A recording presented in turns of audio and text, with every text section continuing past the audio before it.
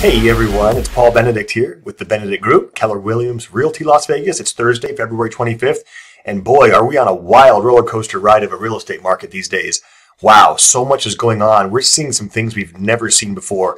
And mind you, I got my license in January of '04, so I started in the industry in '03 during my schooling, and even in the boom of 2004, 5, 6, and then the crash of 2008, 9, 10, 11, and 12, and then the subsequent reappreciation, we've never seen what we're seeing today in the market. And it's very important for you to know what's going on, especially if you own a home and you've considered selling. We're in a wild, wild market. Let's dive in and talk about what's been going on in Las Vegas real estate.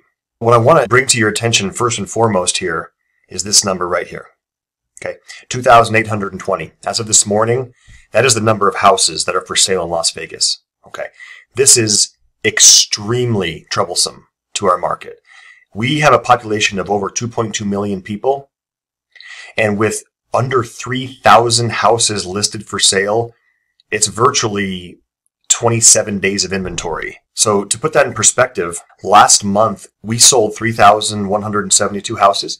So in January, that's how many houses closed escrow and sold. There are 2,820 houses available. In terms of absorption rate, it's less than 1 month. The reason why that's so troublesome is because there are tremendously more buyers than there are sellers. The supply and demand ratio is so out of whack that it's causing a feeding frenzy of buyers. So it's very unfortunate, especially in buyers under 400,000.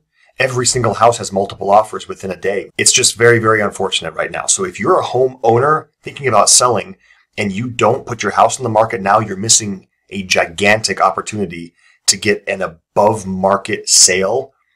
So I'm not going to discuss the ethics or the morals of what buyers are doing to win houses out there, but it's very commonplace now for buyers to offer several thousand to over 10,000 and more above a low appraised value, since when you bid above an asking price, the chance of the appraisal coming in low is very real. And so buyers know that, and they're building into their offers, 5,000 over appraised value, 10,000 over appraised value, just so the seller will take their offer. And even cash buyers are paying above. If you've been following my Instagram page, you might have seen that I had a listing, a beautiful single story near the district. $430 was the asking price. In 48 hours, we had 6 offers, pulled it off the market after we had 6 in 48 hours, all above the asking price. We ended up selling it to a cash buyer for $450. Cash for $450. So we need more inventory. We need more houses to be listed. It's very tough for buyers out there, but the interest rates are so low that it's excellent to buy now. It's just, can you find a house? In the new home arena, it is challenging as well. Certain builders are requiring, bidding on their lots. Let's talk about some more of these numbers here. Last month around this time, there was 4,000 houses listed for sale. This month, 2820, just like I mentioned, 67% fewer houses listed today than there were last February. Out of the 2820 that are listed, 16 of them are bank owned and 21 are short sale. The rest are non-distressed. Out of the 3,172 that closed last month, 22% of those were cash buyers. If you look at this is kind of interesting. In April of last year, that was right after lockdown occurred, cash buyers dropped off. 13% of sales in April were cash. Then we started to climb back up because cash buyers regained confidence. And I suspect in February, this number will be higher as well. More cash buyers are active here. Sales price. So typically January is a lower month for volume and for sales price.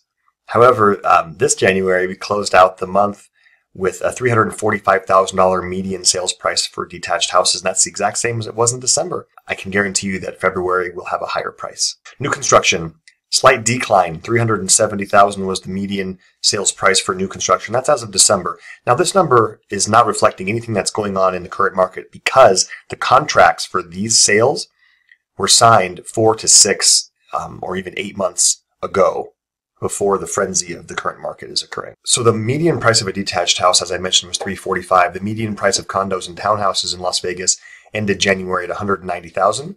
That's up 9% from last year. Oh, I didn't mention that the $345,000 is up 13%. So from last January to this January, 13% appreciation. Now, for those of you who follow my channel, you'll know that I often quote some very smart people that I follow. Gary Keller is one of them. Mr. Inman is another one. And they tell us that a 6-month supply of houses creates a balanced market between buyers and sellers. And an average appreciation per year is between 3 and 5%. So you just heard me quote that we appreciated by 13% for detached houses, 9% for attached houses. High rises, 348 is the median price for all high-rise sales in Vegas. That's down 7% from last year. If you lump all property types together, Las Vegas has a median sales price of $320 for resale homes. That's up 13% from last January. When we compare that to the national median home price of $304, we see that we're quite a bit above the National Association of Realtors reported price for a house in America.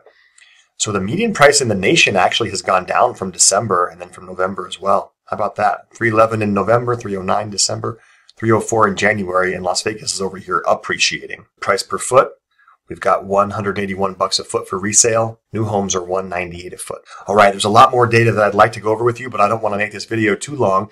If you have any specific questions about the market, ask me. Or how about your specific neighborhood? I'd love to do the micro market research on your particular subdivision and help you understand what your house is probably worth in this market, which is, by the way, probably more than the value that it would appraise for. So again, as I mentioned earlier, if you're a homeowner and you are considering selling, do not miss this opportunity. Get your house on the market. You will sell it for more than the appraised value, more than your asking price most likely, and it's a good thing. So you might be asking, well, where will you move?